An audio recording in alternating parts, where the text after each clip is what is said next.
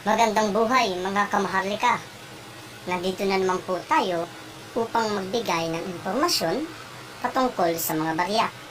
Pero bago natin simulan ang ating talakayan, kung hindi ka pa nakapag-subscribe, click the like button and subscribe. Then click mo na rin yung notification bell para mag-update ka sa mga susunod na video na ilalabas ko. Okay, so pag-uusapan po natin ay ang 1 peso coin. Marami po kasing naghahanap kung magkano nga ba talaga ang 1 peso. Okay, so una,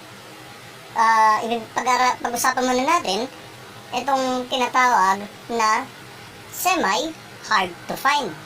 Yung hindi naman ganoon kahirap, pero kukunti na lang yung mga bilang nito.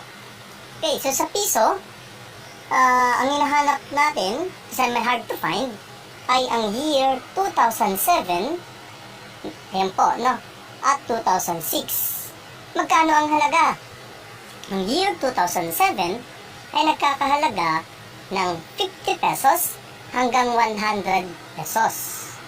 Yan po yung presyo niyan. Samantalang, ang year 2006, yan po, ay nagkakahalaga ng 100 hanggang 200 pesos.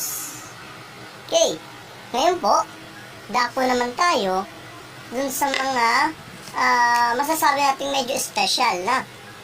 Okay, so meron tayong hinahanap din na merong halaga, no? Ito po yung 2019 na low mint mark. Okay po, no? Tama po yung narinig ninyo. Sa 2019 kasi, kadalasan nasa medyo gitna o sa bandang balikat nakalagay yung mint mark ng BSP. Yung pong hinahanap natin ay 2019 na piso, pero yung BSP sign niya ay nasa baba, nakatulad ng 2018. Yun po yung hinahanap natin. So, magkano po kaya yun? Yun po ay nagkakahalaga ng 100 hanggang 200 pesos. Yun po. Okay, ngayon po, dadako naman tayo sa hard to find. Yan, no? Yung piso, hard to find. Okay, so sa piso, ang hinahanap po natin na hard to find ay ang year 2005. Tama po.